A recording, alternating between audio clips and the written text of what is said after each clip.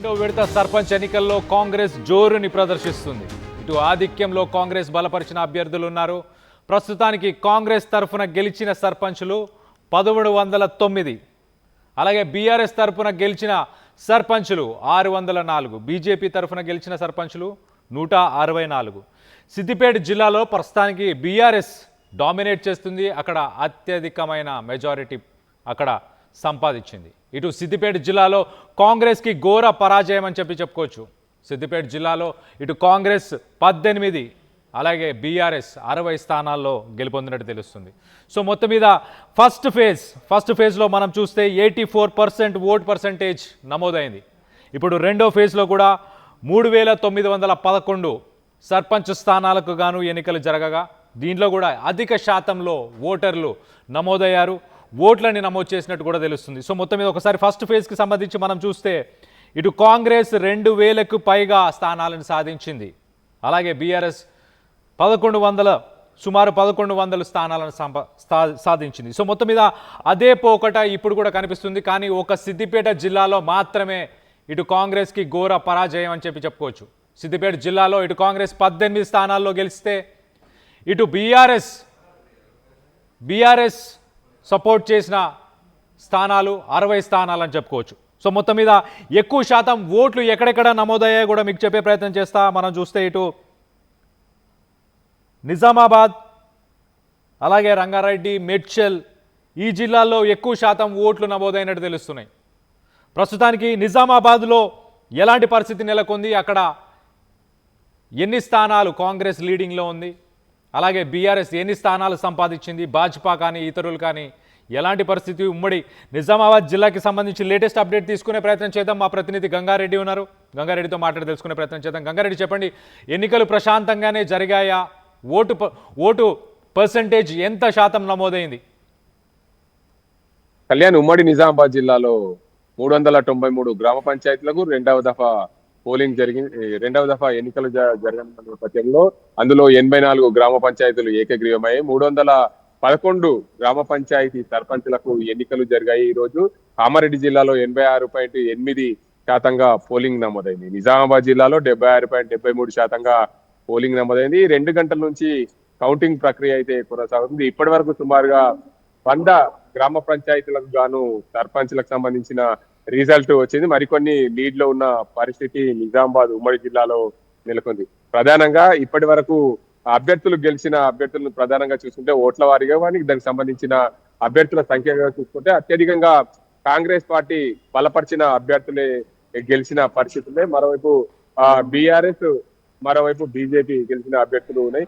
అత్యధికంగా సుమారుగా 100 గ్రామ పంచాయతీలు కాంగ్రెస్ పార్టీ లీడ్ లో ఉన్నాయి. ప్రధానంగా 311 గ్రామ పంచాయతీలకు ఎన్నికలు జరగా అత్యధికంగా 200 గ్రామ పంచాయతీలకు పైగా కాంగ్రెస్ పార్టీ అభ్యర్థులు బలపరిచిన అభ్యర్థులు గెలిచే అవకాశాలతో సమాచారం. పూర్తి స్థాయిలో రాత్రి 9 నుంచి 10 గంటల వరకు పూర్తి స్థాయిలో రిజల్ట్ వచ్చే అవకాశాలు ఉన్నట్టు తెలుస్తుంది. ఇప్పటి వరకు సుమారు 100 గ్రామ పంచాయతీలకు సంబంధించిన 50 గ్రామ పంచాయతీలకు సంబంధించిన ఫలితాలు వెలువడ్డాయి. మరో 50 గ్రామ పంచాయతీలకు సంబంధించిన ఫలితాలు వెలువడే అవకాశమే. వాటన్నింటి కూడా కాంగ్రెస్ అభ్యర్థులు బలపరిచిన అభ్యర్థులే లీడ్లో ఉన్న పరిస్థితి నెలకొంది. ఉమ్మడి జిల్లా వ్యాప్తంగా ఎన్నికలు చెదురుమదురు ఘటనలు మినహా ఎన్నికలు ప్రశాంతంగానే జరిగాయి. ఒక నిజామాబాద్ జిల్లాలోని ధర్మవరంలో ఒక ఏదైతే పోటీ చేసిన అభ్యర్థి పోలింగ్ బూత్ లోకి స్లిప్ పట్టుకొని వెళ్లడంతో అక్కడ రసబసగా మారింది. స్థానిక పోలీస్ కమిషనర్ సాయి చైతన్య ఆ ప్రాంతానికి వచ్చి అందరినీ చెదరగొట్టిన పరిస్థితి నెలకొంది. ఏదేమైనప్పటికీ ఉమ్మడి నిజామాబాద్ జిల్లాలో ఎన్నికలు ప్రశాంతంగా నిర్వహించేందుకు మొదటి దఫా కూడా ప్రశాంతంగా నిర్వహించారు. మొదటి దఫా ఒక గ్రామ పంచాయతీలో గొడవలు జరగగా రెండవ దఫా కూడా ఎక్కడ అల్లర్లు లేకుండా పూర్తి స్థాయిలో ప్రశాంతంగా నిర్వహించేందుకు నిజామాబాద్, కామారెడ్డి జిల్లా పోలీసులు పటిష్ట బందోబస్తును ఏర్పాటు చేసిన పరిస్థితి నెలకొంది. మరోవైపు ఎన్నికలు సజావుగా సాగేందుకు కామారెడ్డి జిల్లా కలెక్టర్ ఆశీష్ సంఘవాన్ పూర్తి స్థాయిలో పోలింగ్ జరుగుతున్న ప్రాంతాలను పరిశీలించారు. దాంతో పాటు కౌంటింగ్ జరుగుతున్న ప్రాంతాలకు కూడా వెళ్లి పరిశీలించిన పరిస్థితి నెలకొంది. నిజామాబాద్ జిల్లా కలెక్టర్ వినయ్ కృష్ణారెడ్డి నిజామాబాద్ జిల్లాలోని మేజర్ గ్రామ పంచాయతీలన్నీ కూడా పర్యవేక్షించారు. నిజామాబాద్ జిల్లాలో ప్రధానంగా మోపాల్ మండల కేంద్రంలో ఉన్న గ్రామ పంచాయతీ బాడ్సి, అదేవిధంగా కులాస్పూర్, ధర్మారం, అదేవిధంగా నడిపల్లి గ్రామ పంచాయతీలను పరిశీలించి ఎప్పటికప్పుడు పోలింగ్ సంబంధించిన పోలింగ్ శాతాన్ని కంట్రోల్ రూమ్ నుండి కూడా పర్యవేక్షించిన పరిస్థితి నెలకొంది. ఇప్పుడైతే కౌంటింగ్ ప్రక్రియ జరుగుతున్న నేపథ్యంలో ప్రధానంగా ఇప్పటి వరకు అత్యధికంగా గ్రామ పంచాయతీ వద్ద కాంగ్రెస్ పార్టీ బలపరిచిన అభ్యర్థులు గెలిచే అవకాశాలు ఉన్నాయి. ఇప్పటి వరకు 100 వరకు రిజల్ట్ వచ్చే అవకాశాలు ఉన్న నేపథ్యంలో మరికొంత ఆలస్యం అయ్యే అవకాశం. ఎందుకంటే మేజర్ గ్రామ పంచాయతీలో 3000 నుండి 4000 వరకు ఓటర్లు ఉంటారు కాబట్టి అవన్నీ లెక్కించాలంటే కొంచెం ఆలస్యం అవుతుంది కనుక ఖచ్చితంగా రిజల్ట్ వచ్చే వరకు 9:30 నుండి 10 గంటల లోపు అయ్యే అవకాశాలు ఉన్నట్లు తెలుస్తుంది. Kalyan. Right Gangareddy, thanks for the latest update. మొత్తం మీద నిజామాబాద్ జిల్లాలో ఇటు ప్రశాంతంగానే ఎన్నికలు జరిగినట్టు తెలుస్తున్నాయి. అక్కడక్కడ 1-2 సంఘటనలు జరిగినాయి, కానీ మొత్తం మీద ప్రశాంతంగానే నమోదైనాయి. ఇటు ఓటు పర్సంటేజ్ కూడా ఫేజ్ 1తో పోలిస్తే ఈక్వలెంట్గానే ఈసారి కూడా ఓటింగ్ జరిగినట్టు తెలుస్తుంది. మరి ఫేజ్ 1లో ఎలా అయితే కాంగ్రెస్ ఆధిక్యంలో ఉందో ఇప్పుడు కూడా అదే జోరుని కాంగ్రెస్ చూపిస్తున్నట్టు చాలా క్లియర్గా తెలుస్తుంది. ఇటు నిజామాబాద్ జిల్లా తర్వాత మనం ఒక్కసారి ఇటు కరీంనగర్ జిల్లాకు సంబంధించి మా ప్రతినిధి చంద్రశేఖర్ ఉన్నారు. లేటెస్ట్ అప్డేట్ తీసుకునే ప్రయత్నం చేద్దాం. అసలు కరీంనగర్ జిల్లాలో ఎలాంటి పరిస్థితి నెలకొంది? ఇటు కరీంనగర్లో ఇటు బీజేపీకి సంబంధించిన ముఖ్య నేతలు ఉన్నారు, ఇటు కాంగ్రెస్కి సంబంధించిన ముఖ్య నేతలు ఉన్నారు, అలాగే ఇటు బీఆర్ఎస్కి కూడా సంబంధించిన ముఖ్య నేతలు ఉన్నారు. అక్కడ ఎలాంటి సిట్యువేషన్ ఉంది ఒక్కసారి లేటెస్ట్ అప్డేట్ తీసుకునే ప్రయత్నం చేద్దాం మా ప్రతినిధి చంద్రశేఖర్తో మాట్లాడి. చంద్రశేఖర్, చెప్పండి. కరీంనగర్ ఒక రకంగా కంచుకోట అని చెప్పుకోవచ్చు, తెలంగాణ ఉద్యమానికి కావచ్చు, ఉద్యమాలన్నిటికీ అలాగే సభలన్నిటికీ కూడా అన్ని పార్టీలకు సంబంధించి. సో కరీంనగర్లో ప్రస్తుతం ఎలాంటి సిట్యువేషన్ నెలకొంది?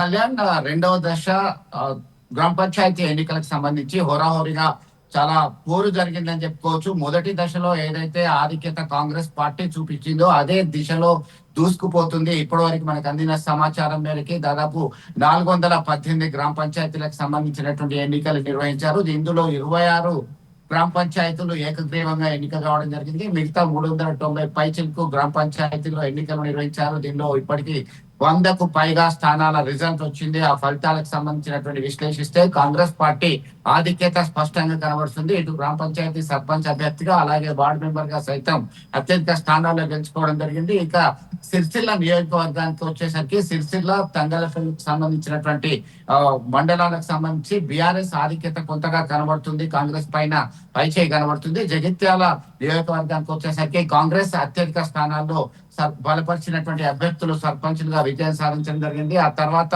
భారతీయ జనతా పార్టీకి సంబంధించినటువంటి అభ్యర్థులు ఇప్పటి వరకు 9 మంది అభ్యర్థులు సర్పంచ్ అభ్యర్థులుగా బీజేపీ బలపరిచిన వాళ్ళు విజయం సాధించడం జరిగింది. 8 స్థానాల్లో బీఆర్ఎస్ బలపరిచినటువంటి వాళ్ళు విజయం సాధించడం జరిగింది. ఇక పెద్దపల్లి జిల్లా విషయానికి వచ్చేసరికి రెండో విడతలో జరిగినటువంటి ఫలితాల వెల్లడిలో కాంగ్రెస్ పార్టీ ఆధిక్యత స్పష్టంగా కొనసాగుతుంది. కరీంనగర్ జిల్లాకు వచ్చేసరికి సైతం కాంగ్రెస్ పార్టీ బలపరిచినటువంటి అభ్యర్థులు విజయ దుందులు మోగిస్తున్నటువంటి పరిస్థితి. మానుకొండూరు మండలం పోచంపల్లి గ్రామానికి సంబంధించి అంబటి స్వామి అనేటువంటి వ్యక్తి భారతీయ జనతా పార్టీ బలపరిచినటువంటి వ్యక్తి. ఇప్పటికే కేంద్ర హోంశాఖ సహాయ మంత్రి బండి సంజయ్ ఒక స్పష్టమైనటువంటి ప్రకటనలో ఆయన ఒక బోనాంజా ప్రకటించాడు. గిఫ్ట్ గా ఇస్తాము అని చెప్పారు. ఈ నెల 18వ తేదీ వరకు ఏ పార్టీ నుంచి అయినా బలపరిచిన వ్యక్తి అయినా భారతీయ జనతా పార్టీలో చేరినట్టయితే మిగతా గ్రామ పంచాయతీలకి ధీటుగా అంతకన్నా అభివృద్ధి సంక్షేమంలో దూసుకుపోయేలా చేస్తాము. ఇతర సర్పంచులు, ఇతర పార్టీలకు సంబంధించినటువంటి సర్పంచులు అసూయ పడేలా, ఈర్ష పడేలా అభివృద్ధి పరుస్తానని చెప్పి ఆయన ప్రకటించడం జరిగింది. మరొక వైపు మీరు అన్నట్టుగా మంత్రి పొన్నం ప్రభాకర్ ఇటు చిగురుమామిడి, సైదాపూర్ కు సంబంధించినటువంటి మండలాల్లో ప్రతిష్టాత్మకంగా తీసుకోవడం జరిగింది. ఇప్పటికే చిగురుమామిడి మండలాలకు సంబంధించి 4 ఫలితాలు వెలువడితే అందులో కాంగ్రెస్ పార్టీ జయకేతనం ఎగరవేసిందని చెప్పుకోవచ్చు. మరొక వైపు బీఆర్ఎస్ వర్కింగ్ ప్రెసిడెంట్ కేటీఆర్ ఇలాకాలో బీఆర్ఎస్ ఆధిక్యత స్పష్టంగా కనబడుతుంది. మరొక వైపు ఇటు దుద్దిల్ల శ్రీధర్ బాబు మంత్రి ప్రాంతం పెద్దపల్లి జిల్లాకు సంబంధించి అయితే కాంగ్రెస్ పార్టీ ఆధిక్యతలో ఉంది. ఓవరాల్ గా చూసినట్టయితే అసలైన తొలి వెలుగు. ఫాలో వాట్సాప్ @తొలి వెలుగు అఫీషియల్.